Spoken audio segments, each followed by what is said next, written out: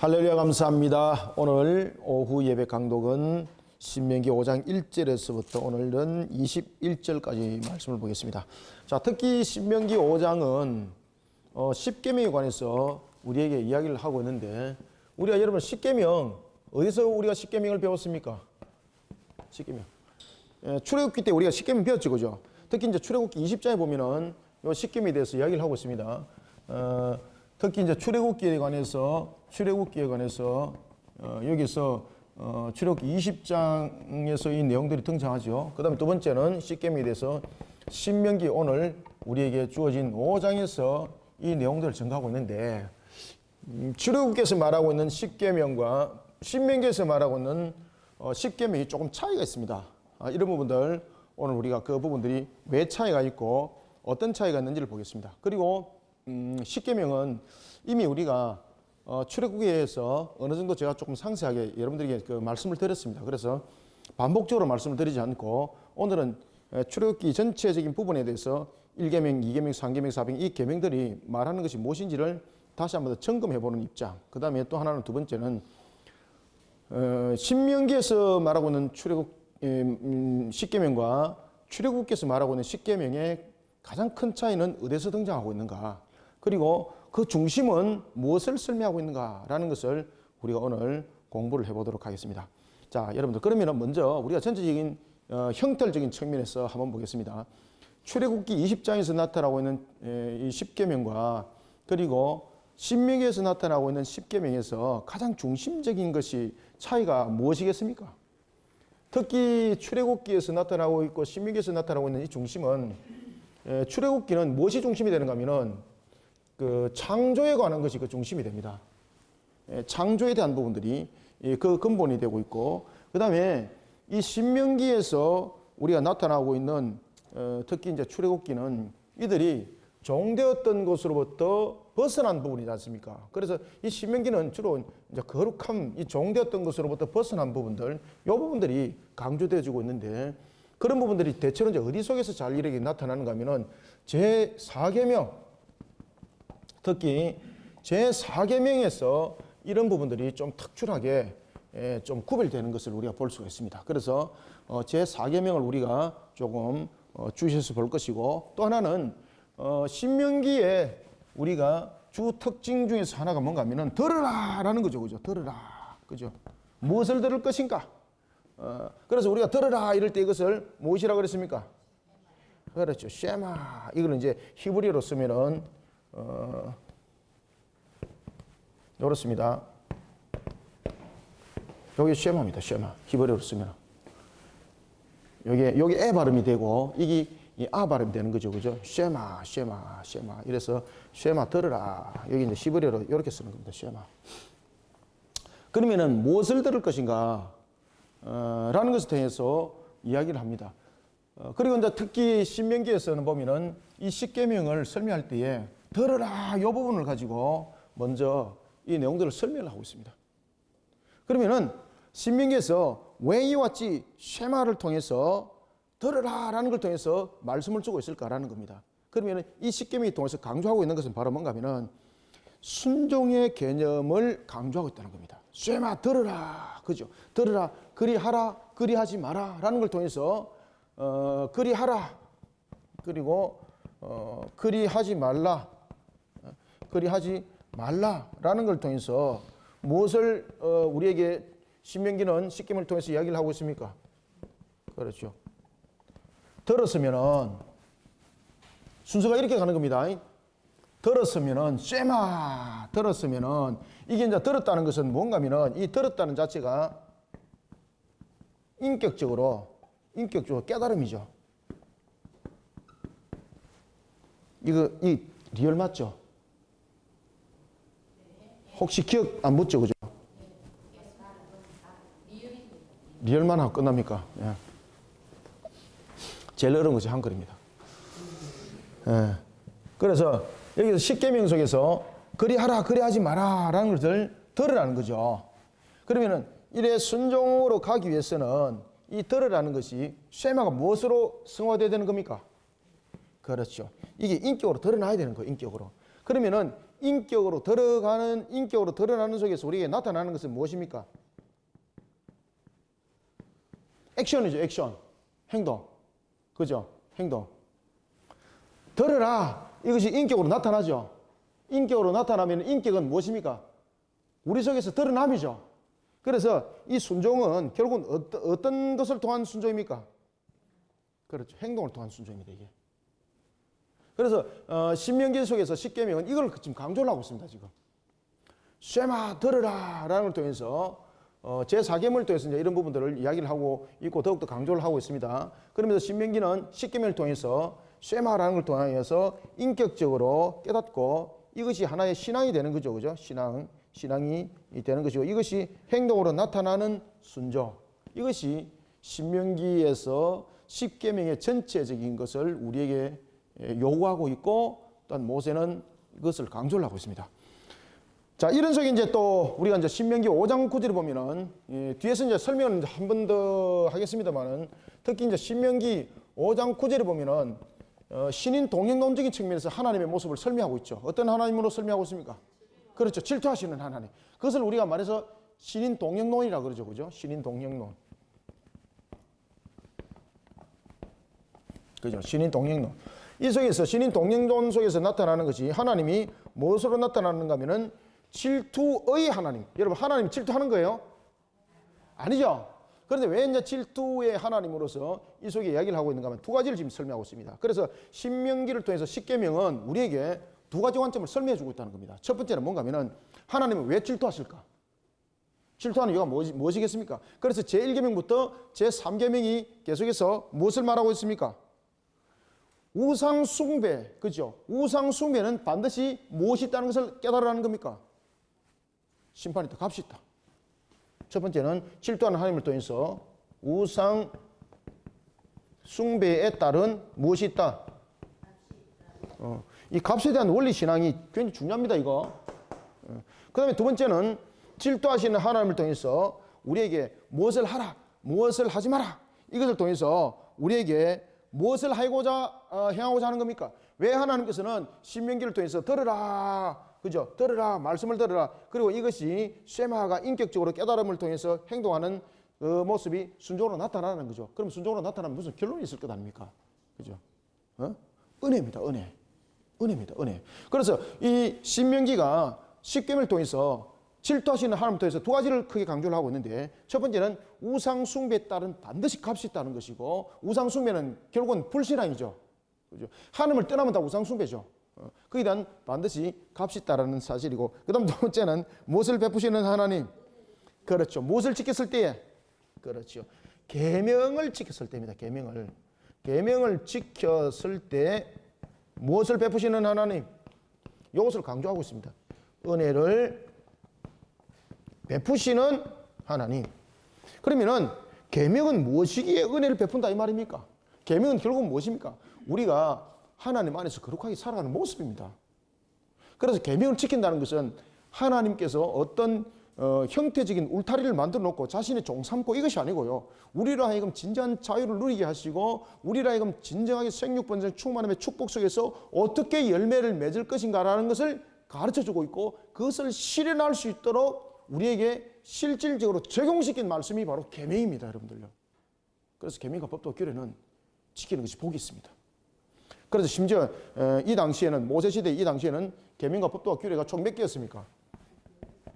613가지의 계명과 법도와 규례가 있었습니다. 이 613가지의 계명과 법도와 규례를 하나님에 관한 것과 사람에 관한 것으로서 두 개로 완전히 추액을 해가지고 이것은 절대 변할 수 없다라는 것을 통해서 돌판에 새겼죠, 그죠? 그래서 십계명을 특히 돌판에 새겼다는 것은 어떤 시대와 어떤 환경과 어떤 여건 속에서도 변하면 안 된다는 뜻입니다. 그래서 그것을 돌판에 새겼던 것입니다. 그리고 이것을 하나님께서 친히 그 손으로 기록을 해서 모세에게 줬다는 사실이에요. 이 두 돌판이 바로 10가지 계명인데 이것이 613가지 법도와 규례 속에서 축약되어 있는 하나의 기본 형태라는 거죠. 그래서 이 기본 형태 속에서 우상에 따른 값이 반드시 있고 그리고 계명을 지키는 자에게는 반드시 은혜가 있다라는 것을 이 질투하시는 하나님을 통해서 신인 동력론을 통해서 신명기 5장 9절은 우리에게 설명을 해주고 있는 것입니다. 자, 이러한 속에 오늘 신명기 5장 1절부터 21절의 내용이 이 전체 내용들을 이제 다루고 있습니다. 그래서 오늘은 전체적인 측면에서 1계명 모시고 2계명 모시고 출애굽기처럼 공부하지는 않고 오늘은 이제 이 계명을 통해서 전체적인 부분들을 이야기를 하고 그 다음에 신명기 속에서 나타나는 좀 특징적인 요소들은 무엇을 가지고 있는가를 설명을 하고 진행해 나도록 하겠습니다. 안 그러면은 이 10계명 하려면 한 4주 내지 5주 해야 되죠. 그죠? 또 길게는 한 10주를 해야 됩니다. 그죠? 그런데 이미 출애굽기에서 했기 때문에 신명기에 나타나고 있는 특징만 보도록 하겠습니다. 자, 그러면은 우리가 1절부터 3절까지 우리가 먼저 한번 읽고 제가 설명드리겠습니다. 자, 한 목소리로 한번 읽어보겠습니다. 시작. 모세가 온 이스라엘을 불러 그들에게 이르되 이스라엘아, 오늘 내가 너희에게 귀에 말하는 규례와 법도를 듣고 그것을 배우며 지켜 행하라. 우리 하나님 여호와께서 호렙산에서 우리와 언약을 세우셨나니 이 언약은 여호와께서 우리 조상들과 세우신 것이 아니요 오늘 여기 살아있는 우리 곧 우리와 세우신 것이라. 아멘. 이게 여러분 굉장히 지금 의미 있는 이야기를 지금 하고 있습니다. 이 속에 살아계신 하나님, 그리고 살아계신 하나님은 죽은 자의 하나님이 아니라 산 자의 하나님이라는 것을 증명하고 있고, 그 다음에 어떤 하나님을 증명하고 있습니까? 하나님은 어제나 오늘이나 언제나 영원성을 가질 때에 어떤 하나님이라는 걸 말하고 있습니까? 그렇죠. 동일하신 하나님. 이것이 방금 저와 여러분들이 읽었던 1절부터 3절을 통해서 또한 함께 강조를 주고 있는 겁니다. 자, 먼저 1절 한번 봅시다. 모세가 온 이스라엘을 불렀습니다. 그러면서 이스라엘에게 뭐라고 말하는가 하면 너희의 귀에 말하는 규례와 법도를 들으라. 쇠마죠. 그죠? 이 말이죠. 들으라는 거죠. 왜 들으라는 겁니까? 지금 너희들에게 지금 하는 이 10가지 계명은 너희들이 이것을 인격적으로 깨닫고 너희들이 이것이 단순한 신앙이 아니라 너희들이 삶이 되어야 된다는 겁니다. 여러분, 인격은 삶이죠. 너희들이 삶이 되어야 된다는 겁니다. 그러면 삶은 무엇으로 나타나는 겁니까? 행동으로 나타나야 되는 거죠. 그리고 그런 부분들이 순종을 할 수 있고 불순종을 할 수 있는 거죠. 그랬을 때에 하나님은 순종하시는 자에게는 은혜를 베푸시고 불순종한 자에게는 반드시 심판으로 그 값이 따른다는 것을 너희들은 잊지 말라는 겁니다. 그래서 모세가 그 이야기를 먼저 1절을 통해서 딱 이야기를 하는 겁니다. 그러면서 제일 먼저 하나님의 법도와 규례를 알면 제일 먼저 어떻게 해야 됩니까? 배우라는 겁니다. 배우라는 겁니다. 여러분들 안 배우고 알 수 있습니까? 아, 예, 안 배우고 알 수 있답니다. 머리 끄덕끄덕합니다. 안 배우고 알 수 있다는 이야기가 아니라 배워야 된다는 뜻이잖아. 그죠? 자, 여러분들 제일 먼저 법도와 규례를 들으라는 거예요. 들으라는 거 첫 번째. 제일 먼저 우리가 지키기 위해서 배워야 된다는 겁니다. 그래서 신앙은요, 안 배우면 안 됩니다. 신앙은 배우면서 성장하는 겁니다. 그래서 먼저 듣고 배우라는 거예요. 듣고 배우라. 그죠? 배울 때 어떻게 배우라? 듣고 배우라는 거죠. 그냥 배우는 것이 아니라 듣고 배우라는 겁니다. 듣고 배운다는 것은 바르게 가르침 받아라는 뜻입니다. 그리고 어떻게 하라? 그 다음에는 그것을 듣고 배웠으면 어떻게 해라? 그렇죠. 지켜서 행하라는 겁니다.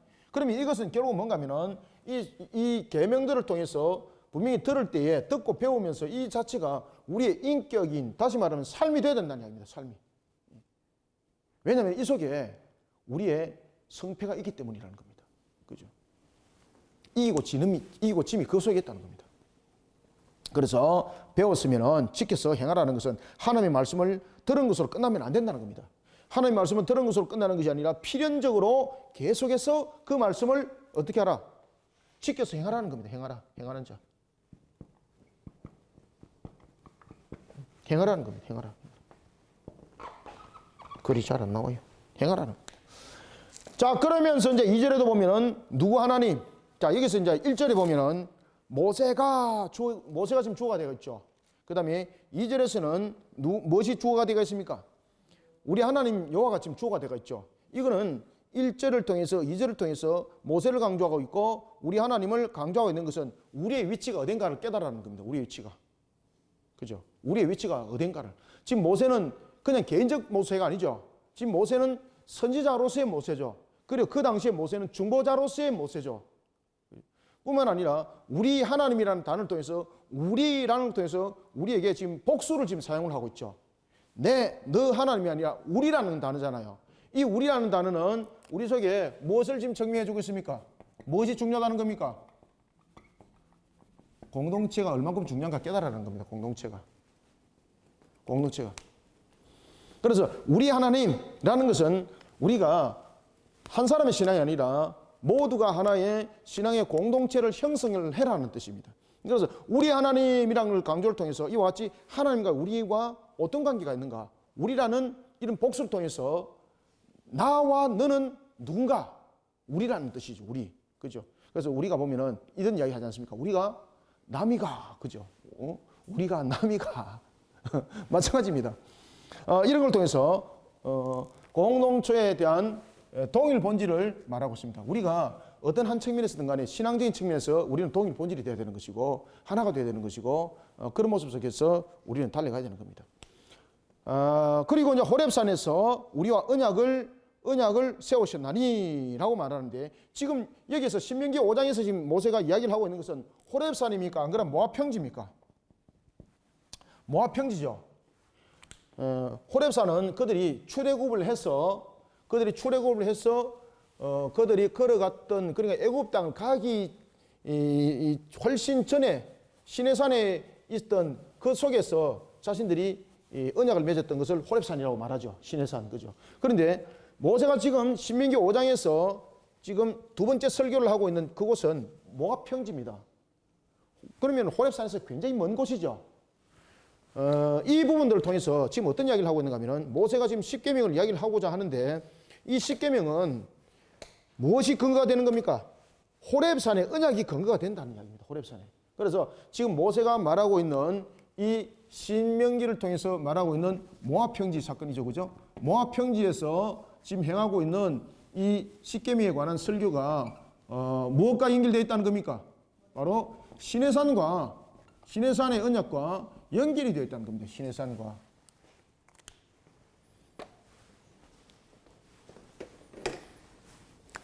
시내산과 연결이 되어 있다는 겁니다. 시내산과. 모압 평지에 대한 부분들이 시내산과 지금 연결이 되어 있다는 거죠. 그래서 이 십계명이라는 것은 모세가 독단적으로 만들어서 말하는 것이 아니라 하나님의 말씀을 가지고 계속해서 말씀을 주고 있다는 것을 설명을 해주고 있습니다. 그래서 이 모압의 사건은 근본적으로 호렙과 연결이 되어 있다는 겁니다. 그러니 어떤 하나님의 말씀도 우리는 하나도 놓치지 않고 하나님의 백성으로서의 그 말씀의 근본 속에 우리를 세우셔야 된다라고 말하고 있는 겁니다. 그러면서 3절에서 말하는 거예요. 이 언약은 무슨 언약입니까? 시내산에서 맺은 언약이죠. 그들이 출애굽을 해가지고 그죠? 출애굽을 해가지고 시내산에서 맺은 언약이죠. 그래서 이 언약은 여호와께서 그리고 또한 이 언약은 무엇입니까? 시내산에서 맺었던 그 언약을 지금 모압 평지에서 지금 이야기를 한다는 거죠. 그러니 이것은 이 언약이라는 것은 두 개를 함께 다 합쳐서 지금 설명을 하고 있는 거죠. 이 언약은 여호와께서 누가 세웠다?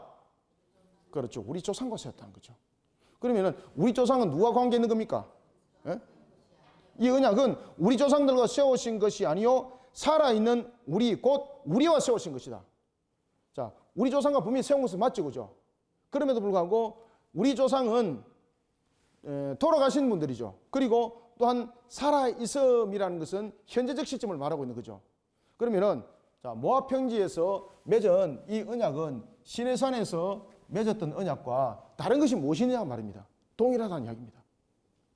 우리가 사람으로 만약에 말한다면은 우리가 시대가 지나갔습니다. 그죠? 분명히 이 시내산 언약은 출애굽했던 애굽을 나타났던 제1차의 60만 3,548명이 중심이 되었던 20세 이상 남자 입세 장정 60만 3,550명이 중심이 되어서 1차 언약이 이루어졌고 지금 모압 평지는 이 속에서 보면은 애굽의 제2세대라고 말할 수 있는 그들입니다. 그럼 어떻게 보면 세대가 여러분 구별되는 거지 않습니까? 그리고 또한 모압 평지에서 일어났던 이 시내산 언약은 무엇이 또 기준이 되는가 하면은 옛 언약이 또 함께 바탕이 되고 있는 겁니다. 그죠? 아브라함과 맺었던 언약, 이삭과 맺었던 언약, 야곱과 맺었던 언약과 전부 다 여러분 바탕을 다 이루고 있는 거지 않습니까?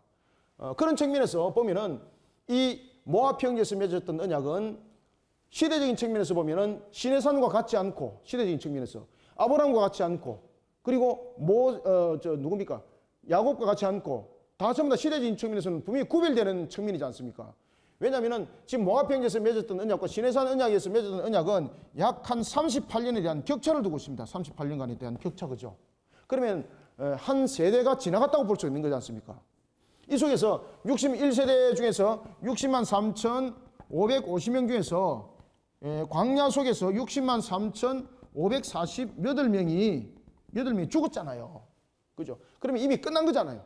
그죠? 그래서 이런적인 측면에서 시내산 언약뿐만 아니라 아브라함뿐만 아니라 아브라함과 이삭과 그리고 야곱과 맺었던 이런 언약들이 만약에 모압 평지와 함께 연결을 시킨다면은 세대적인 측면에서 구별이 분명히 되죠. 그죠? 그래서 오늘 본문에도 보면 그렇게 이야기를 하는 겁니다. 이 언약은 여호와께서 우리 조상들과 세운 것이 아니라는 거죠. 그러면은 시내산에서 맺었던 언약, 모압 평지에서 맺었던 언약이 아브라함의 언약, 이삭의 언약, 야곱의 언약과 별도입니까? 이 부분들이 전부 다 언약 연결되는 측면에서 언약입니다. 그래서 여기서 이제 말하는 것들은 우리에게 이 언약은 우리 조상들과 세운 것이 아니라는 것은 무슨 이야기를 하고 있습니까? 호렙 언약은 아브라함이나 이삭과 야곱처럼 하나님과 성격적인 측면을 말하고 있습니다. 아시겠습니까? 개인적으로 맺은 언약이 아니라 이스라엘이라는 공동체가 맺은 언약입니다. 이 뜻입니다. 이게. 자, 다시 한 번 더 강조합니다. 지금 이해를 하고 있죠? 오늘 본문에 보면 이거 단어 해석 잘 하셔야 됩니다. 이 잘못 해석하시면 큰일 납니다. 우리 조상들과 세운 것이 아니라는 것은 무슨 뜻입니까? 모든 언약은 아브라함과 이삭과 야곱과 시내산 언약, 모압 평지의 언약 전부 다 연결되게 되어 있습니다. 그 언약을 아브라함의 언약을 성취하는 측면에서 이삭 언약이 나왔고 야곱 언약이 나왔고 시내산 언약, 모압 언약이 나왔지 않습니까? 그럼 모든 언약은 연결되어야 되는 거예요. 그럼 여기서 말하는 것은 여기서 말하고 있는 우리 조상들과 세운 것이 아니라는 것은 어떤 이야기를 하고 있는가 하면은 성격적인 측면에서 틀린다는 거죠. 그것은 뭔가 하면은 아브라함의 언약, 이삭의 언약, 야곱의 언약은 하나님께서 개인을 향하여서 장차 일어날 것에 대해서 언약했잖아요. 그런데 시내산의 언약과 모압 평지에서 일어나고 있는 지금 이 부분에서 언약은 개인을 통하여서 언약을 한 것이 아니라 아브라함이라는 사람, 이삭이라는 사람, 야곱이라는 이 조상들을 통해서 했던 그 언약이 이제는 하나의 민족적인 측면에서 드러나서 이 언약이 성취되었고 그 언약이 선포됐다는 뜻입니다. 이게 이해됐습니까? 그래서 우리 조상들과 세운 것이 아니라는 것은 성격적 측면을 담고 있는 겁니다. 그리고 오늘 여기에 살아있는 우리와 세우신 것이라는 것은 이런 민족적인 언약으로 이것이 성화됐다는 것을 설명하고 있는 거예요. 그럼에도 불구하고 그 하나님은 어제의 하나님이 오늘의 하나님이 어떤 하나님이십니까? 그렇죠. 그럼에도 불구하고 동일하신 하나님이고 결국은 이 모압 평지에서 지금 맺어지는 언약, 시내산에서 있던 언약은 함께 연결되는 것이라고 말하고 있죠. 그런가 하면 이 모든 것들은 어디로부터 출발된다는 겁니까? 아브라함의 언약으로부터 출발된다는 겁니다. 이게 자체가. 그러면 아브라함의 언약으로부터 출발됐다는 것은 결국은 나중에 앞에 가면 창세기 3장 15절의 언약과 전부 다 연결되는 거죠. 이런 관계적인 측면을 설명하고 있는 겁니다. 그래서 개인적으로 맺었던 언약이 민족적인 언약으로 발달하는 과정적인 측면에서 형태가 틀린다는 이야기지 이 자체의 언약이 다르다, 이 언약 자체가 파기됐다 그 말을 하고 있는 것이 아닙니다. 지금 이 내용은. 역시 우리 교인들은 이해력이 굉장히 빨라요.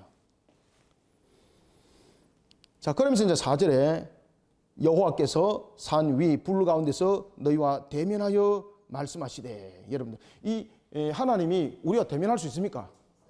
그럼 여기서 대면한다는 것은 무엇을 말하고 있을까? 대면한다는 것은 여기서 대면한다. 그래서 이 부분들은 신인 동능론적인 측면에서 전부 다 이 관계들을 설명하고 있습니다. 이 대면한다는 것은 뭔가 하면은 이 언약들이 어떻게 이루어졌다는 겁니까? 인격적으로 성취됐다는 겁니다. 인격적으로.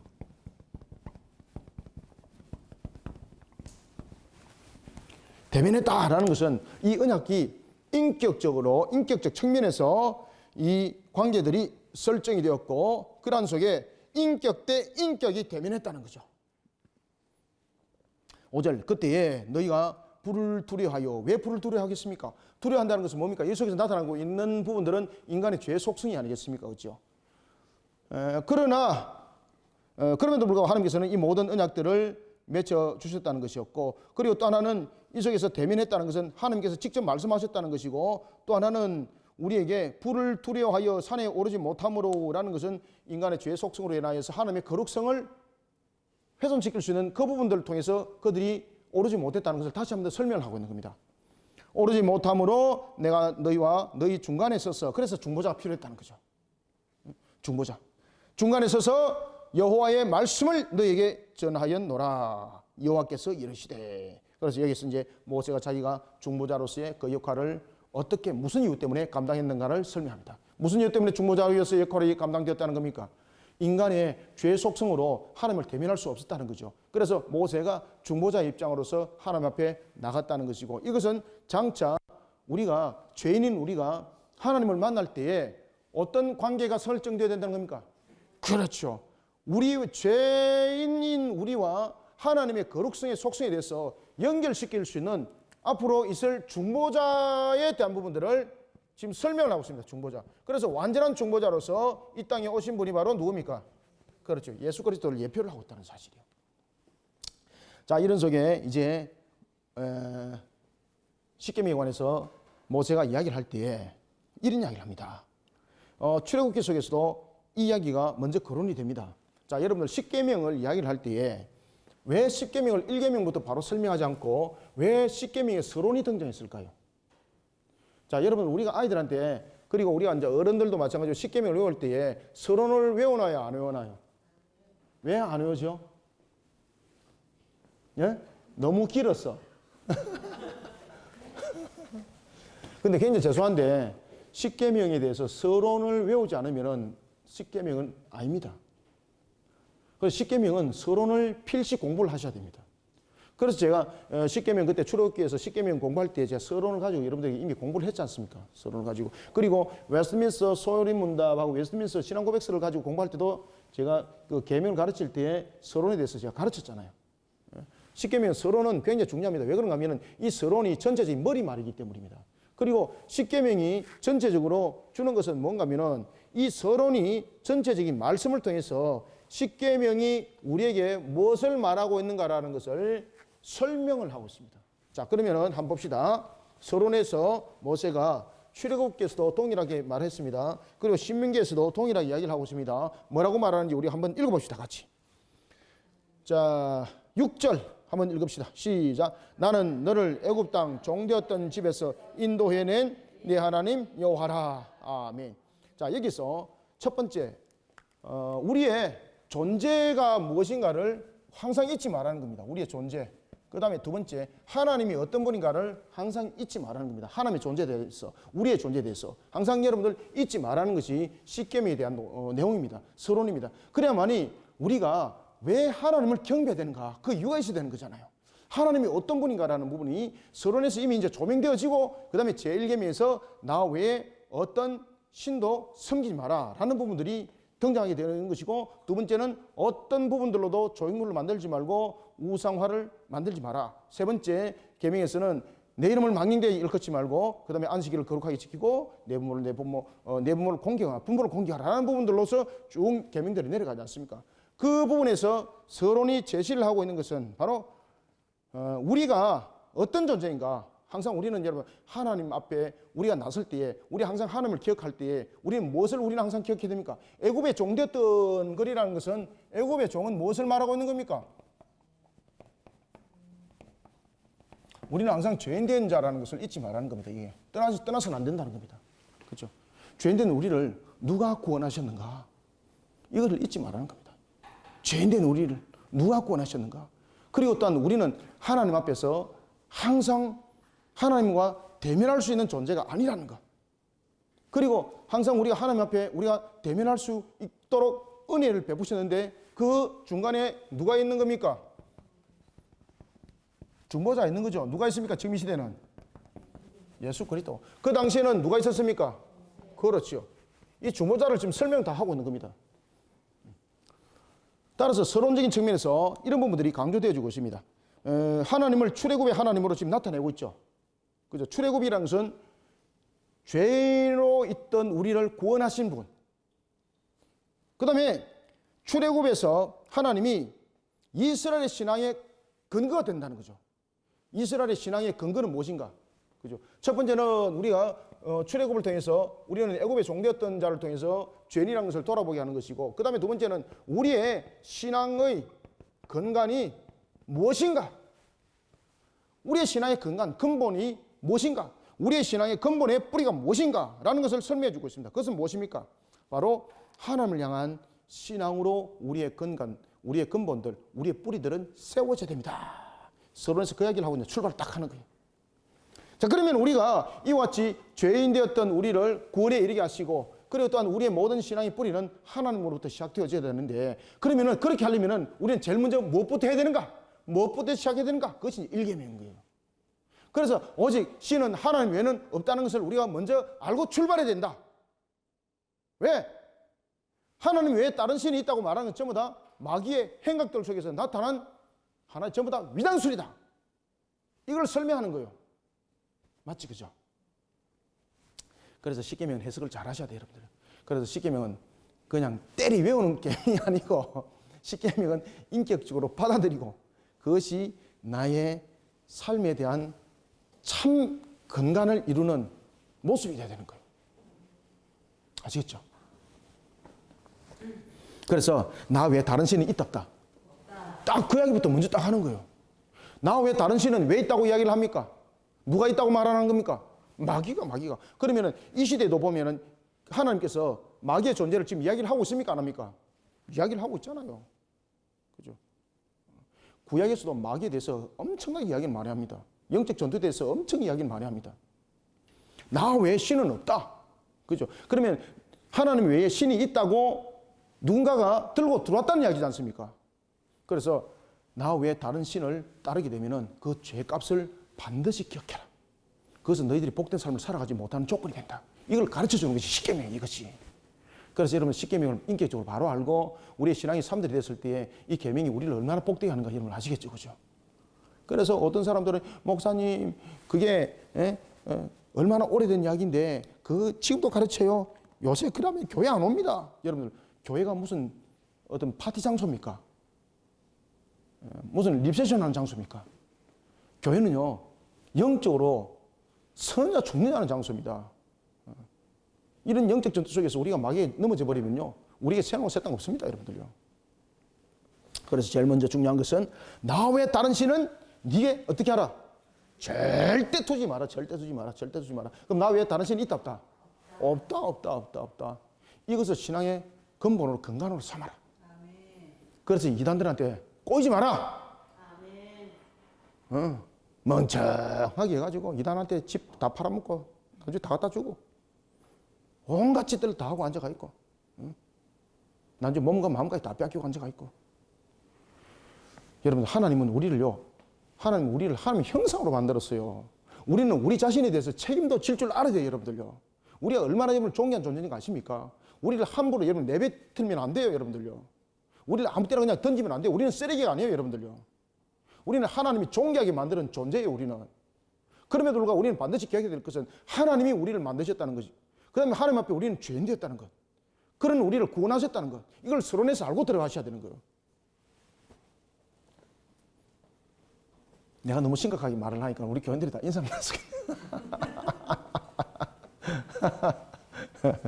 나 외에 다른 신을 네게 두지 말라. 자, 8절부터 10절 읽습니다. 시작. 너는 자기를 위하여 새긴 우상을 만들지 말고. 자, 이게 이제 두 번째 계명이죠. 그죠? 왜 여러분들 우상을 새기지 마라 그랬을까요? 우상을 새긴다는 것은 이게 하나님의 속성적인 측면에서 무엇을 무시하는 겁니까? 하나님의 무슨 속성?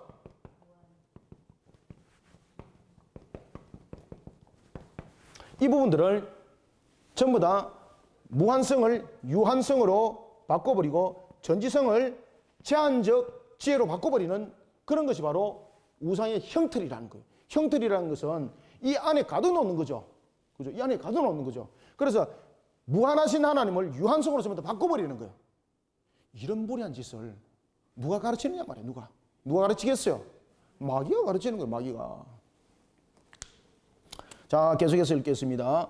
8절. 너는 자기를 위하여 새긴 우상을 만들지 말고 위로 하늘에 있는 것이나 아래로 땅에 있는 것이나 땅 및 물속에 있는 것의 어떤 형상도 만들지 말며 그것들에게 절하지 말며 그것들을 섬기지 말라. 나 네 하나님 여호와는 어떤 하나님?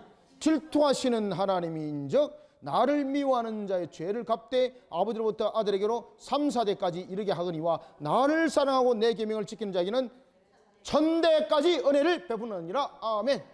이것이 아까 중에 신인 동력론적인 측면에서 질투하시는 하나님 제가 설명했죠. 그죠? 신인 동력론적인 측면에서 질투하시는 하나님은 두 가지를 설명하고 있다. 첫 번째는 우상 숭배에 대해서는 반드시 심판의 죄에 대한 값이 있다. 그 다음에 계명을 지켜서 준행하는 자에게는 하나님께서 어떻게 하신다? 은혜를 베풀어서 그를 모든 것이 범사에 잘 되도록 하신다. 축복에 대한 값이 있다. 심판에 대한 값과 축복에 대한 값으로 설명을 하고 있는 거죠. 그리고 오늘도 본문에서 출애굽기에 이미 제가 다 가르쳐 드렸습니다.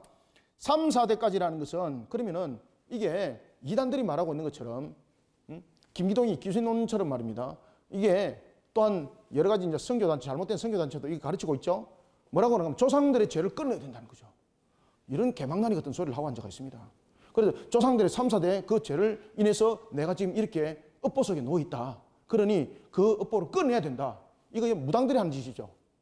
그죠? 무당들, 샤머니즘 속에서 저들었던 그 짓을 하고 있는 거예요. 그러면 이 속에서 3, 4대와 천대는 무엇을 말하고 있는가라는 것입니다. 여기서 3, 4대라는 것은 그 죄의 영향력이 그 아들들에게 영향력을 끼친다는 거죠.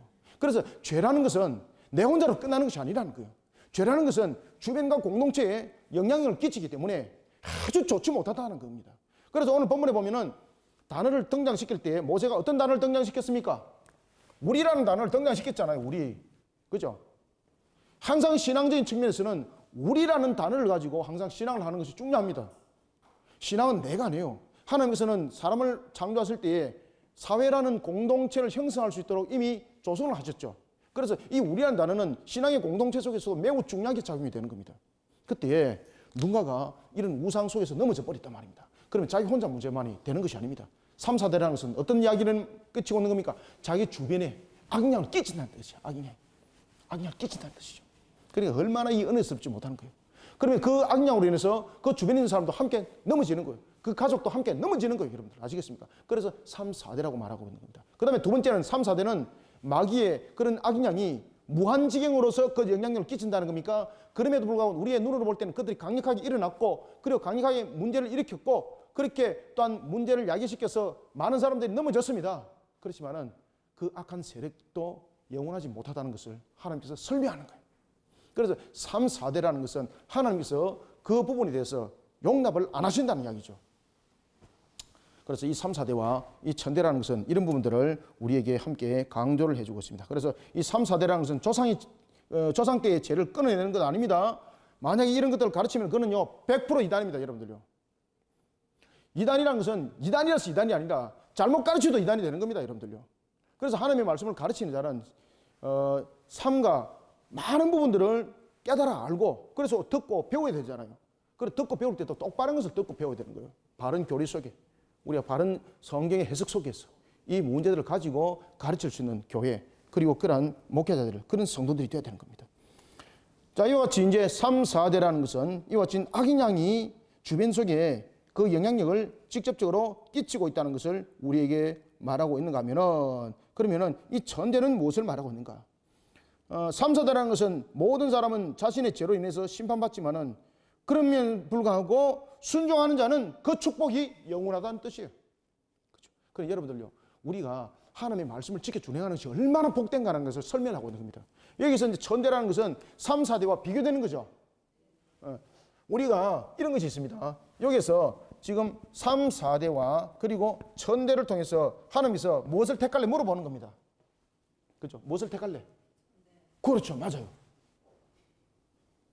하나님의 말씀을 지켜서 영원히 복받기를 원하느냐 아니면 넘어지는 자 되기를 원하느냐. 그런데 이 복받는 길은 영원하다는 거죠. 그래서 천대 수적인 측면에서 지금 비교를 하고 있는 거죠. 특히 이제 이 천이라는 것은 히브리인들이 가지고 있는 이 하나의 숫자적인 개념 속에서 영원성을 가지고 있죠. 그죠? 충만함이 계속 되어지는 것. 다시 말하면은 자, 10 곱하기 10은 무엇입니까? 대답을 빨리 하셔야지. 그죠? 그 다음에 여기서 또 10을 곱하면 무엇입니까? 1000이죠. 자, 여기서 지금 3, 4대잖아요. 그죠? 이 부분도 하나님의 심판이라는 거죠. 3, 4대. 그죠? 3이라는 것은 하늘의 숫자, 하나님에 대한 숫자. 4라는 것은 사람의 인위적인 것, 동서남북. 그래 하나님의 심판이 3, 4대고 그리고 하나님의 축복이 천대인데 이 천대가 3을 형성하고 있는 것은 이게 충만한 숫자죠. 충만함이 삶을 형성하고 있는 것은 영원성을 말하고 있는 거예요. 영원함을. 그렇죠? 하나님 안에서 영원하다는 거죠. 그래서 천대라고 말하는 거예요. 천대. 충만함이죠. 충만함이 영원하다는 거죠. 그러니 너희들은 무엇을 선택할래? 무엇을 선택할래? 하나님으로부터 영원히 복받는 일을 선택할래? 아니면 넘어져가지고 짓밟히는 걸 선택할래? 뭘 선택하실랍니까? 네. 망설일 필요가 없는 거죠. 그죠? 망설일 필요가 없는 거죠. 그래서 천대라고 이야기를 하는 겁니다. 비교가 안 된다는 거예요. 비교가. 하나님께서 부어주는 축복이 비교가 안 된다는 거예요. 비교가 안 된다는 거예요. 그리고 또한 우리에게 그러한 영혼성을 설명하면서 11절에서 이렇게 말합니다. 이제 제 3계명으로 넘어가죠. 그래서 1계명, 2계명을 이야기를 하면서 제 3계명에서 너는 네 하나님 여호와의 이름을 망령되이 일컫지 말라. 나 여호와는 내 이름을 망령되이 일컫는 자를 죄 없는 줄로 인정하지 아니하리라. 망령된다는 것은 하나님의 이름을 이용해 먹는 거죠. 출애굽기도 이미 우리가 공부했죠. 그죠? 하나님의 이름을 걸고 내가 하나님의 이름으로 맹세하는데 내 반드시 갚아줄게. 이래놓고 안 갚아주죠. 그죠? 그 여러분 무엇입니까? 제 3계명입니다. 하나님의 이름 걸고 이용해 먹는 거죠. 그래서 그것을 하나님 욕되게 하는 거죠. 하나님의 거룩성을 훼손하는 거죠. 내가 예수 믿는 사람인데 틀림없다 이래놓고 틀림없이 안 지킨 사람이 있죠. 그죠? 그래가지고 사람들이 뭐라 그럽니까? 야, 저 예수 애들 진짜로 입만 벌리면 전부 다 뻥이고 진짜로 예수 애들은 둘 중에 하나더라. 입이 계속해서 물에 떠 있는 것 같고 입이 계속해서 물속에 있는 것하고 물속에 있는 것은 무엇 때문에 물속에 있다 그럽니까? 물고기가 계속 거짓말한다고. 거짓말한다고. 그 다음에 물에 이제 떠갖고 있는 것은 거짓말한다고. 계속해서. 그런 우리가 조롱당하는 말들을 들어서 안 됩니다. 여러분들 아시겠습니까? 그래서 우리는 하나님의 이름을 망령되이 일컫는 자가 아니라 하나님의 이름을 거룩하게 드러내는 자가 되어야 되는 거예요. 어떻게? 계명을 지키면서 말입니다. 계명을 지키면서 드러내야 되는 거예요. 자, 이제 이런 속에서 우리가 출애굽기가 가장 출애굽기에 대한 10계명과 신명기에 대한 10계명의 가장 큰 차이점이 어디에서 나타난다 그랬습니까? 바로 네 번째 안식일에 대한 계명에서 차이가 나는데 출애굽기는 안식일에 대해서 창조를 강조하고 있습니다. 창조. 하나님의 창조. 그런데 신명기 속에서는 창조를 강조하고 있는 것이 아니라 그들이 애굽에서 종되었더니라고 말하면서 어떤 이야기를 하고 있는가 하면은 남종 여종 관계. 그러면서 이 출애굽기 속에서 나타나고 있는 것은 하나님의 무엇을 강조합니까? 구원사역을 강조하고 있습니다. 구원사역. 자, 우리가 제4계명에서 큰 차이가 뭔가 하면은 제4계명에서 큰 차이가 있다면은 출애굽기와 그리고 신명기 속에서 강조 차이점이 있다면은 출애굽기는 무엇을 강조합니까? 하나님의 창조를 강조하고 있고 신명기는 무엇을 강조하고 있습니까? 그렇죠. 구원을 강조하고 있습니다. 이것이 안식일에서 이것을 구별하고 있다는 거죠. 그러면 이것은 정말로 구별되는 것인가라는 겁니다. 구별되는 것이 아니라 이것을 동일한 시야적인 측면에서 우리로 하여금 보라는 겁니다. 자, 그러면은 특히 이제 안식일에 관해서 내용이 다르고 있는 것은 무엇인가? 특히 출애굽기 속에서는 안식일의 준수를 통해서 천지 만물의 하나님을 바라보면서 인간을 만드신 창조 하나님의 사역을 우리는 기억하는 자가 되자는 이야기죠. 그런가 하면은 그런 창조의 하나님은 우리를 어떤 길로 인도했다는 것을 함께 기억하라는 겁니까? 우리를 구원의 길로 인도하셨다는 것도 잊지 말라는 겁니다. 그래서 신명기 속에서는 보면은 이스라엘 백성들은 애굽 땅에서 인도해내신 하나님의 구원의 사역을 강조를 통해서 구원하시는 하나님, 창조주신 하나님, 그 하나님은 우리를 구원하신 하나님이라는 것을 함께 연결시키고 있는 거죠. 그래서 별도의 하나님이 아니라 이런 관계적인 측면을 잊지 말라는 겁니다. 자, 12절 네 하나님 여호와가 네게 명령한 대로 무엇을 지켜 거룩하게 하라. 그렇죠. 안식일을 지켜 거룩하게 하라. 거룩하게 하라는 것은 무엇입니까? 안식일을 지킬 것을 명령하고 있는 거죠. 특히 그 안식일을 거룩하게 지켜야 될 이유가 무엇입니까? 하나님으로부터 구별돼서는 안 된다는 겁니다. 그렇죠? 하나님으로부터 구별된 자가 되어서는 안 된다는 겁니다. 우리는 하나님 안에서 녹아드는 자가 되어야 된다는 얘기입니다. 그러나 하나님은 무엇입니까? 창조자 하나님이시요 만물을 친히 주관하시는 하나님이라는 거죠. 그래서 지금 안식일에 대한 내용이 계명이 제일 깁니다. 출애굽기에도 보면은 안식일에 대해서 계명을 설명할 때에 네 절을 통해서 설명하는데요. 출애굽기도 신명기도 똑같이 네 절을 통해서 똑같이 설명합니다. 나중에 한번 보십시오. 똑같습니다. 그런데 안에 내용이 다릅니다. 근데 안에 내용이 다른 것은 다른 것을 말하는 것이 아니라 그 하나님의 동일선상 속에서 우리가 바라봐야 될 하나님, 창조주신 하나님을 통해서 우리는 구원의 하나님을 바라보고 구원의 하나님을 통해서 우리는 창조주 하나님을 바라보면서 그 하나님을 우리는 예배하는 자가 되어야 된다는 거죠.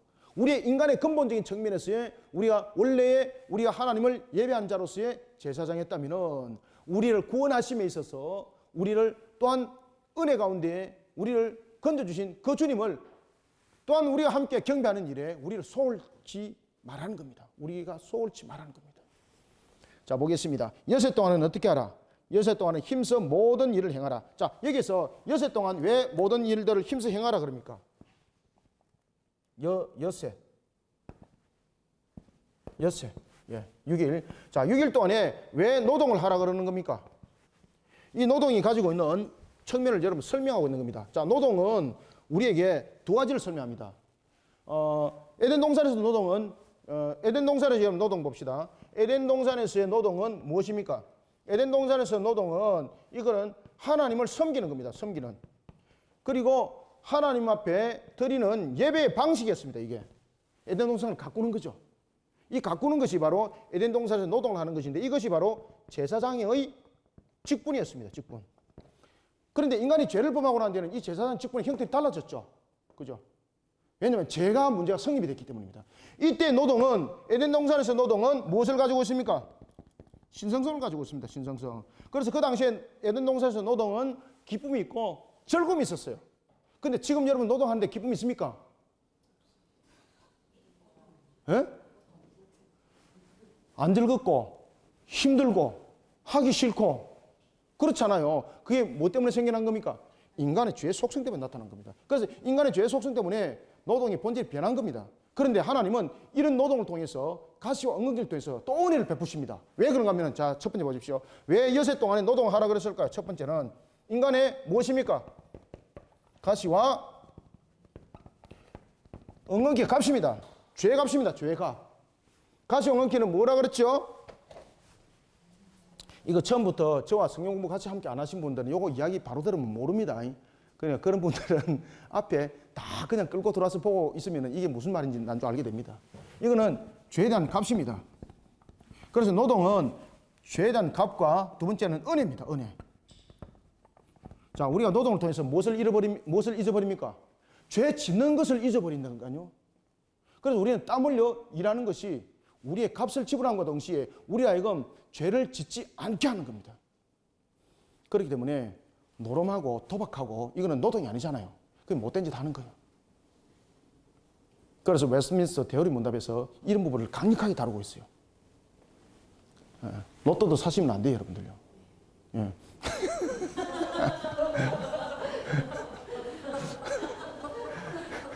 여세 동안 노동을 왜 열심히 여세 동안 노동을 왜 열심히 하라 그랬을까요? 뭐 때문에? 죄를 범하지 않도록 하기 위해서. 그래서 여러분들 살아가면서 아이고 내 꼬라지가 왜 이러노? 나는 왜 맨날 이렇게 힘써서 일해야 되노? 이래 원망하지 마세요.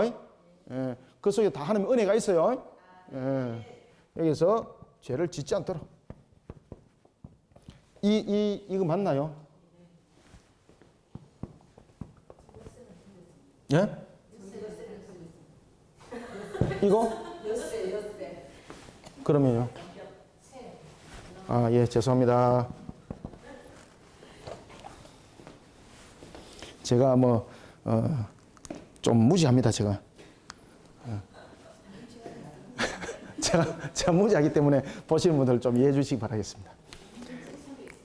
예? 아, 그렇습니까? 죄송합니다. 예. 자, 그래서 여섯 동안 노동을 하라는 것은 이와 같이 두 가지의 이유가 있는 겁니다. 첫 번째는 가시와 엉겅퀴라는 죄의 값이에요. 반드시 값이 있다는 걸 기억하라. 그 다음에 두 번째는 은혜를 베품이에요. 죄를 짓지 않도록 노동을 하라는 겁니다. 이 속에서 하나님의 노동을 통해서 또한 결실을 주시는 거죠. 그래서 노동을 하라는 거예요. 노동을 하라는 거예요. 그리고 이러한 노동을 통해서 이러한 두 가지를 기억하라는 거죠. 그래서 노동은 여섯 동안 힘써 모든 일을 행하라. 그죠? 행하라. 그 다음에 14절 일곱째 날에는 어떻게 하라? 일곱째 날에는 네 하나님 여호와의 안식일은저 누구나 너나 네 아들이나 네 딸이나 그 다음에 별별 딱 지었어요. 누구? 네 남종. 그 다음에 또 누구? 네 여종. 그 다음에 또 누구? 네 소. 그 다음에 또 누구? 네 낙이나 또 누구? 네 모든 가축이나 또 누구? 네 문 안에 있는 유하는 객도 아무 일도 하지 못하게 하고 네 남종이나 네 여종에게 너같이 누같이 너같이입니다. 너같이 안식하게 할지니라. 아멘. 자, 어떤 분이 이런 분이 있습니다. 교회에서 참 신앙생활을 멋지게 잘합니다. 와, 누가 봐도 부럽습니다. 회장님이 회장님. 주일 성수를 얼마나 잘하는지 모릅니다. 교회에서만 얼마나 헌신 잘하고. 그런데 본인만 교회에서 신앙하고 직원들은 전부 다 주일날 출근 다 시켜가지고 일 시킵니다. 왜 시키냐 물어보니까 매출 떨어진다고. 생산 가동 돌리기 위해서. 여러분 오늘 이 계명 속에서 몇 계명이 지금 적용되어 있습니까? 제 4계명이 어기고 있는 겁니다. 내만이 아니라 내가 녹을 주고 일을 시키는 자도 안식일에 대해서 지키도록 만들라는 겁니다. 그래서 너같이 하라는 겁니다. 너같이. 그래야 우리가 영향력 끼치는 자가 되는 거죠. 자기만 지키고 난 뒤에 직원들은 전부 다 일 다 시키고 말입니다. 팽팽 돌리고 왜 그러냐니까 저것도 돌려야 된다고 말이에요. 이런 말도 안 되는 소리를 하고 있고 그러면 안 되는 겁니다. 그래서 여러분들이요 장차 사업하시고 어떤 일들을 할 때 이 안식일의 준수에 대해서 함께 잘 묵상하시고 너같이 안식일을 직원들도 너같이 심지어 짐승들도 평안을 주시기 바랍니다. 평안을 주시기 바랍니다. 그래서 이 속에서 너같이라는 것은 하나님의 형상을 돌아보라는 겁니다. 하나님의 형상을. 그렇죠? 하나님의 창조의 근본을 돌아보라는 이야기입니다. 구원의 하나님을 돌아보라는 이야기입니다. 그렇죠? 구원의 하나님을 돌아보라. 창조 하나님을 돌아보라. 구원의 하나님을 돌아보라. 하나님의 형상을 돌아보라는 거예요. 하나님의 형상은 여러분들 누가 높고 누가 낮음이 없는 거죠. 동일하신 하나님께서 우리를 동일하게 창조하신 것이죠. 이런 것을 항상 우리가 기억하고 이런 모습 속에 달려가야 됩니다. 그러면서 이제 15절 한번 읽읍시다. 시작. 너는 어떻게 하라? 기억하라. 이게 또 하이라이트죠. 이게 안식일에 대한 제4계명의 신민기의 하이라이트입니다. 너는 기억하라. 네가 어디서 애굽 땅에서 종되었더니 내 하나님 여호와가 강한 손과 편팔로 거기서 너를 인도하여 내었나니 그러므로 네 하나님 여호와가 네게 명령하여 무엇을 지키게 하라? 안식일을 지키라 하느니라. 아멘. 자, 출애굽과 관련해서 안식일에 대한 것은 두 가지 의미를 가지고 있습니다. 특히 출애굽과 관계해서 안식일이 두 가지 의미를 가지고 있는데 첫 번째는 뭔가 하면 하나님의 백성입니다. 하나님의 백성으로서의 우리는 세상에 얽혀있는 그런 종이 아니라는 겁니다. 하나님의 백성으로서 우리는 세상에 얽혀있는 종이 아니라 하나님 안에서 우리는 쉼을 얻고 하나님 안에서 우리의 모든 근본들을 만들어가는 자가 되라는 이야기입니다. 그래서 너희들은 쉬어라 라는 것은 뭔가 하면 세상에 속한 자가 아니라는 것을 기억하라는 겁니다. 우리는 누구라? 우리는 하나님의 백성이라는 것을 기억하라. 하나님 안에서 그 쉼을 얻으라. 누가 너를 도우신다? 하나님이 너를 도우신다. 누가 너를 도우신다? 만물을 주관하신 하나님이 우리를 도우신단 말이에요. 그렇죠?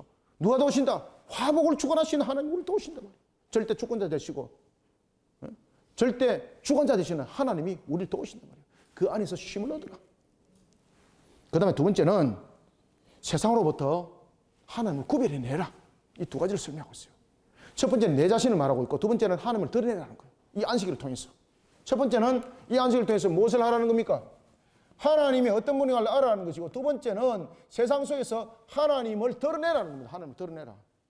하나님을 드러내라는 거예요. 하나님을 드러내라. 하나님이 어떤 분인가를 드러내라는 거예요. 첫 번째는 나의 부분에 대해서 존재적 측면에서 그 내용들을 하나님의 백성인 측면에서 이야기를 하고 있다면 두 번째는 하나님을 드러내라는 거예요. 안식일을 통해서. 그죠? 그래서 우리가 주일날 쉼을 얻고 있으면 안 믿는 불신자도 뭐라고 말합니까? 저 사람 누구 믿는 사람이다. 예수 믿는 사람이라 그러잖아요. 드러내야 되는 거예요. 드러내야 되는 거예요. 그러니까 저 사람이 그래 행동이 남들보다 모범적이고 양심적이고 굉장히 바르더라. 이렇게 드러내야 되는데 내 저거 저럴 줄 알았다. 되게 저거 사기치고 말이 이주의도만은 딱 저렇네. 이런 소리를 들어서는 하나님을 드러내는 것이 아니죠. 하나님을 오히려 욕되게 하는 거죠. 그래서 우리는 드러내는 방법도 하나님께 영광을 돌리는 모습으로 그 자신을 드러내는 안식일이 되어야 되는 거예요.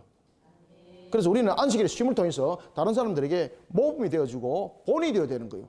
그래서 만약에 사업을 하는 사람들은 자신이 그렇게 하는 것처럼 직원들에게도 그런 안식에 대한 배품을 통해서 하나님을 드러내야 되는 거예요. 맞습니까? 맞습니까? 그렇게 해야 되는 거예요. 그것이 우리의 바른 값을 살아가는 거예요. 그럼 하나님이 얼마나 기뻐하겠어요. 그죠? 하나님 얼마나 기뻐하겠어요. 살아계신 하나님께서 부어주시는 거예요. 그래서 출애굽과 관련해서 두 가지를 안식일은 설명하고 있다. 거기서 너를 인도하신 그리고 안식일을 지키라라는 걸 통해서 두 가지를 설명하고 있다. 하나는 무엇입니까? 하나님의 백성으로서. 하나님 백성으로서 하나님 안에서 쉼을 누리라. 그죠? 두 번째는 무엇을? 세상으로부터 하나님을 구별해내라. 세상으로부터 하나님을 구별해내라. 이것을 설명하고 있다. 자, 이런 식의 이제 16절부터 21절 읽고 제가 전체적으로 설명드리겠습니다. 자, 읽겠습니다. 그리고 이제 다음 주에 들어갈 때 잠깐 앞에 거 설명 잠깐 하고 들어갈게요. 17절부터 21절 읽습니다. 시작. 살인하지 말라, 간음하지 말라, 도둑질하지 말지니라. 죄송합니다. 다시 읽겠습니다. 제가 그냥 머릿속에 있는 거 외웠습니다. 자, 17절부터 시작. 살인하지 말지니라, 간음하지 말지니라, 도둑질하지 말지니라, 네 이웃에 대하여 거짓 증거하지 말지니라, 네 이웃의 아내를 탐내지 말지니라, 네 이웃의 집이나 그의 밭이나 그의 남종이나 그의 여종이나 그의 소나 그의 낙이나 네 이웃의 모든 소유를 탐내지 말지니라. 아멘. 지금 여기서 살인은 무엇을 말하고 있는 겁니까? 하나님의 형상. 하나님의 형상을 기억하라. 그래서 이 부분에 대해서는 더 이상 설명하지 않습니다. 그죠? 이런 부분들은 출애굽기의 내용과 동일한 겁니다. 살인하지 말라라는 것은 하나님의 형상을 반드시 기억하라. 그 다음에 간음이라는 것은 무엇입니까? 간음이라는 것은요, 여러분들요, 하나님께서 우리에게 보여주신 행복권을 파괴시키는 행위입니다. 지금 우리나라에는 간음죄가 성립이 안 되잖아요. 하나님은 이것을 강력하게 다룹니다.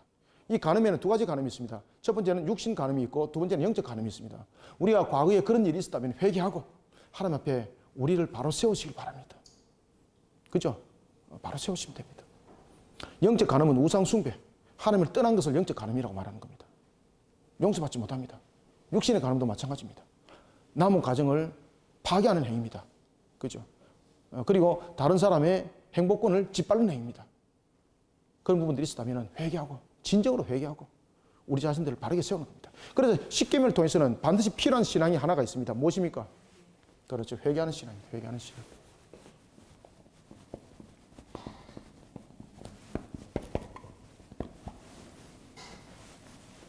회개하는 신앙입니다. 도둑질하지 말라. 도둑질은 남의 것을 훔치는 거죠. 자신이 땀 흘린 것이 아니라 남이 땀 흘린 것을 훔쳐가는 거죠. 도둑질한다는 것은 말 그대로 다른 사람의 모든 것에 대해서 무너뜨림을 당하게 만드는 거죠. 그래서 하나님 용서하지 않습니다. 그리고 이 10계명들은요, 어기는 자는 전부 다 그 생명으로 그 값을 묻는 겁니다. 네 이웃에 대해서 어떻게 하지 마라? 거짓 증거하지 마라. 그죠? 하나님이요. 그래서 사람들을 세울 때에 정의는 두세 사람을 세운다 그랬는데 두세 사람도 거짓말할 수 있죠. 그래서 이 정인들이 먼저 돌을 들고 그 사람을 심판하도록 합니다. 그때에 나중에 이것이 거짓 증거라는 것이 들켜지게 되면 그 사람은 그 생명으로 속전을 갚게 되어 있습니다. 그러니 정인이 얼마큼 중요한가를 아셔야 되는 거예요. 거짓 증거하지 마라. 그 다음에 이웃의 아내를 어떻게 하라? 탐내지 마라. 탐내지 마라. 그래서 이것은 뭔가 하면 마음으로부터 일어나는 죄입니다. 마음으로부터 일어나는 음욕입니다. 죄입니다. 이웃의 아내를 탐내면 안 됩니다.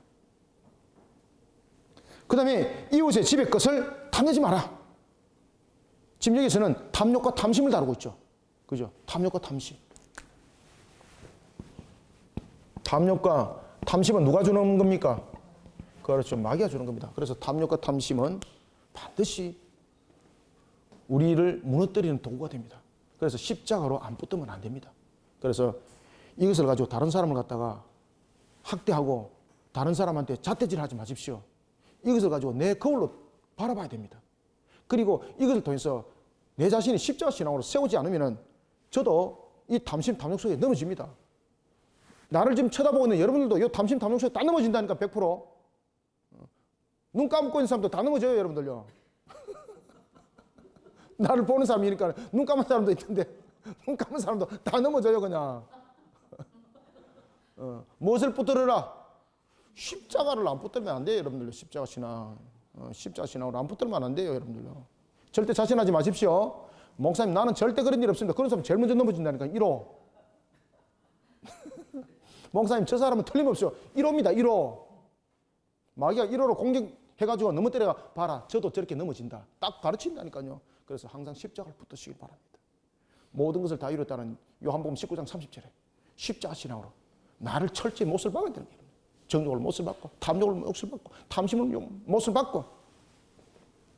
그 다음에 여러분 보시면은 남종이나 여종이나 그 다음에 그의 소나 그의 낙이나 네 옷의 모든 소유를 탐내지 마라. 심지어 종들까지도 함부로 하지 마라. 그의 남종이나 그의 여종이나. 종들은 여러분 보시면은요, 어떤 소유물이잖아요. 함부로 취하지 마라. 그들이 주인의 소유라고 너희들은 그것을 그렇게 생각하지 마라. 여러분, 이게 여러분들요, 지금 이 시대도 이런 법이 나오면 대단한 법인데 이것이 언제 만들어졌습니까? 이게 여러분 BC 1445년에 만들어졌다니까요. BC. 지금으로부터 몇 년 전입니까? 지금으로부터 약 한 2400년 전에, 3400년 전에 만들어진 법입니다. 하나님께서. 인격은 이렇게 만들어지는 거예요. 그런데 말도 안 되게 동성연애를 갖다 법이라고 만들고 앉아가 있고, 그리고 간음죄를 국가에서 그냥 나라에서 그냥 그것을 갖다가 사랑이라는 것을 희석시키고 다 없애버리고 앉아가 있고. 우리는 자신할 수 없습니다. 저 또한 그 문제에 대해서 절대 저 자신 못합니다. 아시겠습니까? 제가 제일 먼저 넘어질 수 있어요.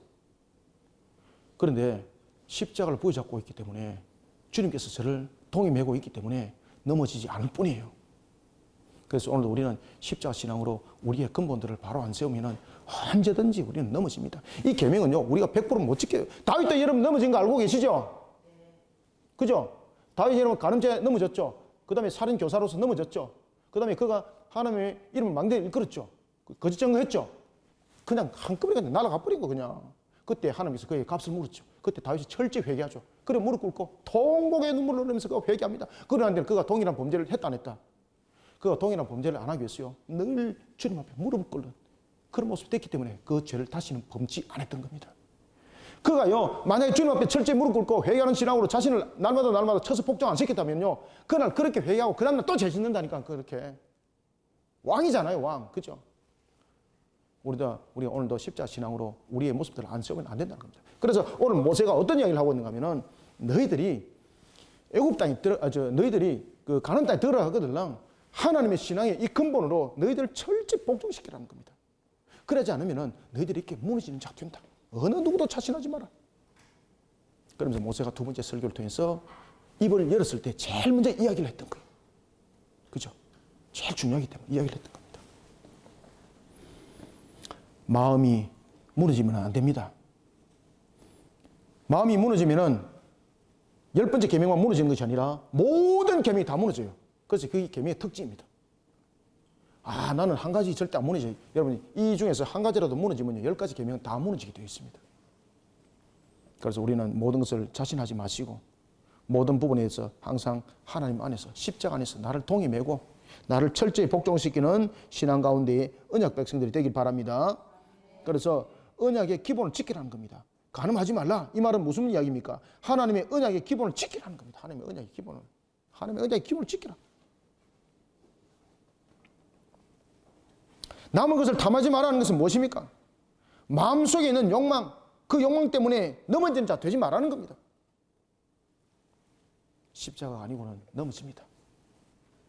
오늘도 우리가 10가지 계명의 좀 특징적인 부분만 제가 말씀드렸습니다. 그 다음에 이제 신명기와 출애굽기 속에서 가장 차이가 나는 것이 이와 같이 제4계명이었는데, 제4계명이 강조를 하고 있는 것이 비록 창조와 그리고 구원이었지만은 구분된 것을 말하는 것이 아니라 이 속에서 우리의 구원하신 하나님이 바로 창조주인 것을 알고 오늘도 우리가 신앙의 근본 속에서 우리의 모습들을 바르게 세워서 하나님을 경배하는 일에 우리를 흐트러진 모습이 되지 말라는 것을 모세는 다시 한 번 더 신명기를 통해서 강조했을 뿐입니다.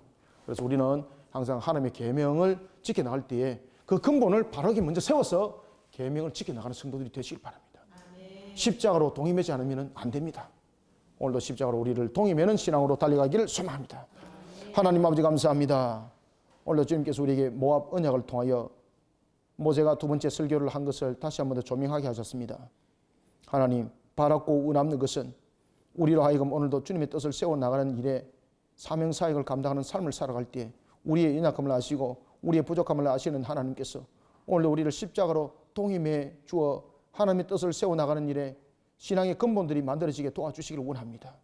언제든지 우리가 자라나 우러나 치우치는 신앙이 되지 않게 성령님 도와주옵소서. 눈에는 보이지 않지만 살아계신 하나님을 오늘도 믿음으로 바라볼 수 있도록 우리를 붙들어 인도하여 주옵소서. 살아계신 아버지 하나님, 오늘도 주께서 우리에게 말씀하시기를 우리에게 무엇을 행할 것인가 먼저 우리에게 근본을 알게 하셨습니다. 애굽에서 나를 인도해내신 하나님을 먼저 기억하게 하시고 또한 그 하나님을 통해서 우리에게 우리의 근본들을 말할 때에 질투하시는 하나님 뿐만 아니라 오늘도 우리의 심령 속에 믿음의 십자가를 바로 세우지 않고는 넘어지는 존재자가 된다는 항상 우리의 연약성, 인간의 죄악에 대한 부분들을 함께 또한 보게 하셨습니다. 이 모든 신앙의 근본들과 근원들을 바르게 세워나갈 수 있는 것이 우리 의지로만 어찌 될 수 있겠습니까? 성령님 도와주시옵소서. 오늘도 우리에게 복음의 신을 신게 하시고 진리의 띠를 띠게 하시고 의의 흉배를 치게 하시고 믿음의 방패를 들고 구원의 투구를 쓰고 말씀의 성령의 금을 들고 나갈 때에 우리의 심령이 십자가로 동임해지고 붙잡힘을 당하지 않고는 우리의 겉은 하나님의 전신갑주를 입을 때 속은 썩어 문드러진 마귀에게 오늘도 바람만 불면 넘어질 존재밖에 되지 못하는 것을 봅니다. 하나님의 영으로 우리를 충만케 하여 주옵소서. 십자가로 우리를 동임해 주시옵소서. 은혜 속에 달려가게 성령님 도와주옵소서. 예수님의 이름으로 기도드립나이다. 아멘.